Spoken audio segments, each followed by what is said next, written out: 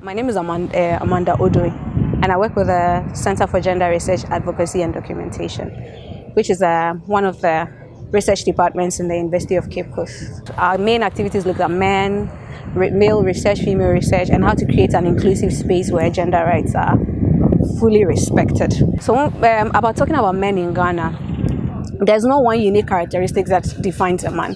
Actually, defining who a man is context specific. So based on the person's ethnic background, educational background, even places where these men live determine the kind of men that they are.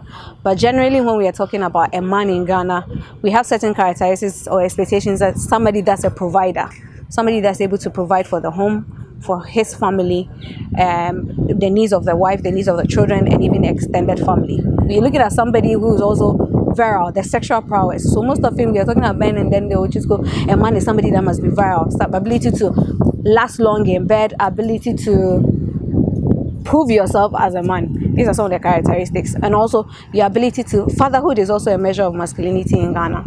The kind of children you have, is it all male, is it all female? Most of it, when somebody gives birth to a lot more males, he is considered a man than having female children. And these are some of the confusions we have about who a man is in Ghana. This has been a major challenge. Of course, masculinity expectations it cuts across all spheres of the person's life, from home to the workplace to the religious spaces among, because all these messages are all over, and at each point you have to prove your manliness at that point.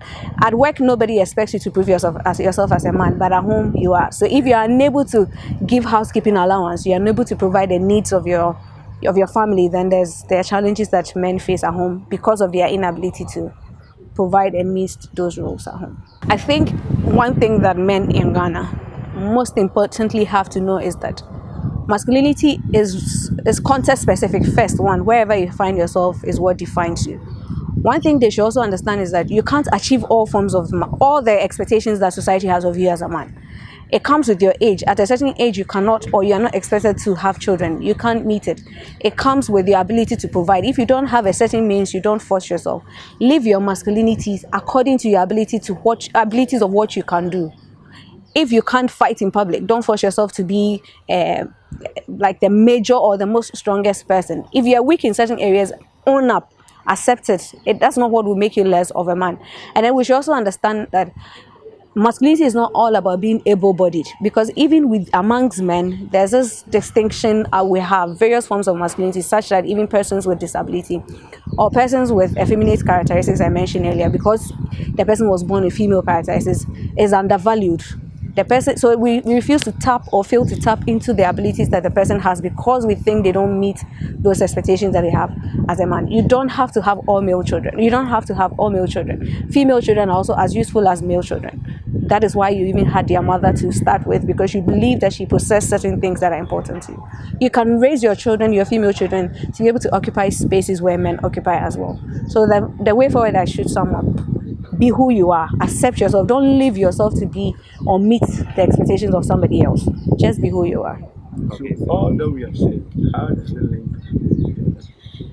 With gender-based violence, we call something toxic masculinities, which basically looks at the unrealistic expectations society puts on men to achieve, and then this has consequences. It has psychological. So some of these unrealistic expectations, ability to prove yourself sexually, and it is such that if a woman even becomes friends with a man, then we expect that men and women can't be friends, so you should be sleeping with her. So far as she is being nice or wears a certain dress to come and visit you, and then you have to prove yourself as a man, you sleep with her, and you can be reported for rape because the person didn't agree and all that. So these toxic masculinities and how we bring it hasn't got just consequences for what you do or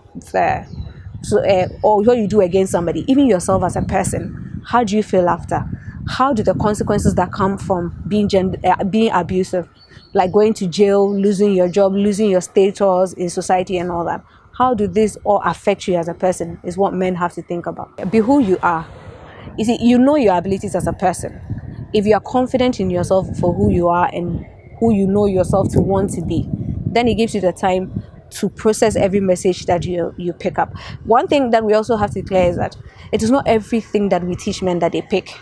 So in as much as it's not everything that you hear that you pick and keep, you can also pick the ones that you think are important to you and do away with the toxic ones, and you'll still be useful to society as well.